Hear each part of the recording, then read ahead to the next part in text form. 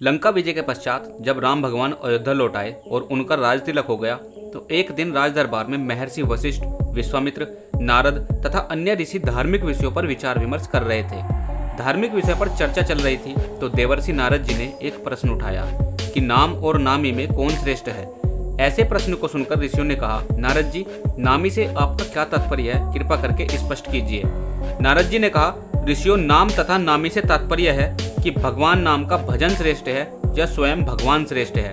नारद जी की ये बात सुनकर ऋषियों ने हंसकर कहा, अरे नारद जी, तुमने यह कैसे बच्चों जैसा प्रश्न किया है। निश्चय ही भगवान श्रेष्ठ है, क्योंकि उन्हीं के नाम का तो जप किया जाता है। इस पर नारद जी ने कहा, नहीं, आपकी यह धारणा ठीक नहीं है। मेरे विचार से भगवान से बढ़कर उनका नाम होता है। भक्त को भगवान के नाम के जप से ही शक्ति मिलती है, क्योंकि नाम के भजन के बिना भगवान कहाँ कृपा करते हैं। परंतु यह बात सबने आसानी से स्वीकार नहीं की तो नारद जी ने कहा, मैं अपने मत की प्रतिष्ठा के लिए इसे उचित समय आने पर अवश्य प्रमाणित करूंगा। इसके कुछ देर बाद राज दरबार स्थगित हो गया। हनुमान जी उस दिन राज दरबार में उपस्थित नहीं थे, इसलिए हनुमान जी को इस विवाद के बारे में कुछ भी नहीं पता था। अगले दिन नारद जी ने सभा से पूर्व हनुमान जी को बुलाया और कहा, हनुमान, राज दरबार में जाने पर तुम श्री राम तथा अन्य उपस्थित ऋषियों को विनय पूर्वक प्रणाम करना, परंतु विश्वामित्र को प्रणाम नहीं करना। वे भले ही ऋषि का चोला धारण किए हैं, परंतु वे ब्राह्मण नहीं हैं। क्षत्रियों की पूजा ब्राह्मणों जैसी नहीं होती। हनुमान जी ने सोचा, नारद देवताओं के ऋषि हैं, ठीक ही कह रहे होंगे, उनकी बात अवश्य माननी चाहिए। उन्होंने कहा, ठीक है देवर्षि नारद, मैं ऐसा ही करूंगा। राज दरबार में भगवान श्री राम सिंहासन पर बैठे थे। मंत्री तथा ऋषि आदि भी अपने अपने आसन पर विराजमान थे। थोड़ी ही देर में हनुमान जी वहां आए, भगवान श्री राम के चरणों में प्रणाम किया, फिर ऋषियों का चरण स्पर्श कर प्रणाम किया। फिर उन्हीं के बीच बैठे विश्वामित्र को न तो उन्होंने प्रणाम किया और न ही किसी प्रकार का आदर सत्कार दिखाया। हनुमान के इस व्यवहार से विश्वामित्र ने अपने आप को बड़ा अपमानित समझा। वे राजा तथा ऋषियों के बीच इस प्रकार अपनी उपेक्षा व अपमान को सहन न कर सके। तत्काल ही क्रोध में उठ खड़े हुए और श्री राम से बोले, श्री राम, तुमने अपने इस मुंह लगे सेवक की धृष्टता देखी। भरे दरबार में इसने किस प्रकार मेरी उपेक्षा की तथा उद्धत भाव से मेरा अपमान किया। श्री राम जी ने कहा, गुरुदेव शांत हो जाइए, मैं हनुमान से इस धृष्टता का कारण पूछूंगा। ये तो आपने प्रत्यक्ष देखा है, पूछने की क्या आवश्यकता है। अस्त्र शस्त्र के क्षेत्र में मैं तुम्हारा गुरु रहा हूँ, यह गुरु आज्ञा है, हनुमान को दंड दीजिए। नारद जी ने भी कहा, विश्वामित्र की हाँ में हाँ मिलाई तथा कहा, भगवान विश्वामित्र ठीक कहते हैं, हनुमान ने इनका प्रत्यक्ष अपमान किया है, आपके उद्दंड सेवक को दंड तो मिलना ही चाहिए। नारद की एक बात सुनकर हनुमान असमंजस में पड़ गए। भरे दरबार में अपनी स्थिति देखकर कुछ बोल तो न सके, परंतु सोचने लग गए कि जिस नारद के कहने से मैंने ऐसा किया, वही नारद अब मेरा बचाव न करके मुझे दंड देने की बात में सहमति जता रहे हैं। नारद का यह चरित्र समझ में नहीं आया। इधर की उधर लगाना तथा दो लोगों के बीच भ्रम पैदा करके उन्हें लड़ाई करवाने में कौन सा आनंद आया है। भले काम को बिगाड़ने वाले यह कैसे ऋषि हैं। भगवान श्री राम किसी प्रकार की दंड की घोषणा करते इससे पहले ही नारद जी ने कहा, भगवान, इस संबंध में शांत भाव से विचार कर कल दंड दीजिएगा। उत्तेजित अवस्था में अभी इस समय हनुमान को दंड देना उचित नहीं है। सबने इस सुझाव को स्वीकार कर लिया और सभा स्थगित हो गई। रात को हनुमान नारद जी के आश्रम में आए और कहा, देवर्षि, आप यह कौन सा खेल खेल रहे हैं।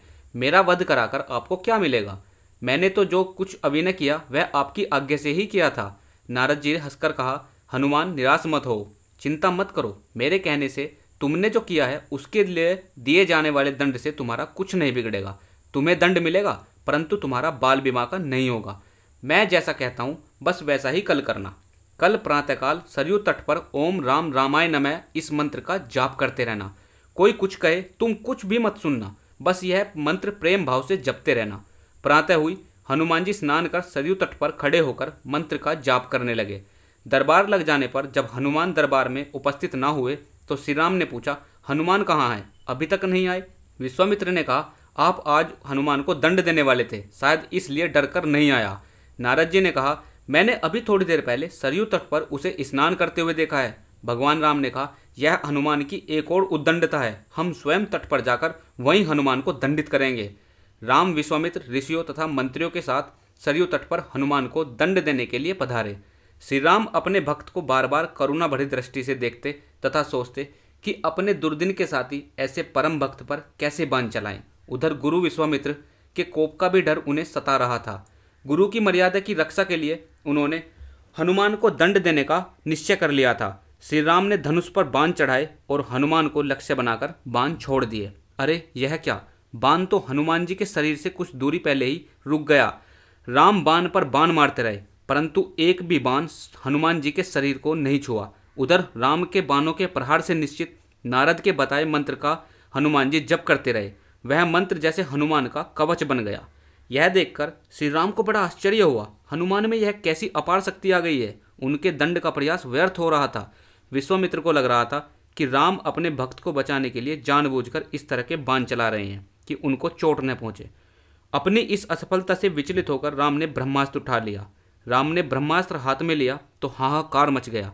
नारद जी ने कहा, ऋषिवर विश्वामित्र, हनुमान के अपराध को क्षमा करें। अगर राम का ब्रह्मास्त्र छूट गया तो सिर्फ हनुमान ही नहीं मरेंगे, बल्कि सारे लोक में प्रलय मच जाएगा। ब्रह्मास्त्र से निकली ज्वाला देखकर विश्वामित्र भी डर गए। उन्होंने राम को रोकते हुए कहा, राम, ब्रह्मास्त्र को वापस तुरीन में रखिए। हनुमान के अविनय को मैंने क्षमा किया। इतना सुनते ही हनुमान को तो जैसे जीवन दान मिला और राम जी को धर्म संकट से मुक्ति मिली। सब लोग बहुत प्रसन्न हुए। हनुमान जी ने आकर विश्वामित्र से क्षमा मांगी और नारद जी की ओर देखा। नारद ने हंसकर कहा, प्रभु, इसका कारण मैं हूँ। मैंने कहा था ना, भगवान से बढ़कर राम का नाम जपना श्रेष्ठ है। उसे प्रत्यक्ष सिद्ध कर दिया। हनुमान ने इष्ट देव को भगवान राम के नाम के बीज मंत्र से भगवान की शक्ति छीण कर दी। जिस प्रभु के नाम का जप होता है वह प्रभु अपने नाम की शक्ति के आगे शक्तिहीन हो जाते हैं। इसलिए कहता हूँ कि नामी से बड़ा नाम।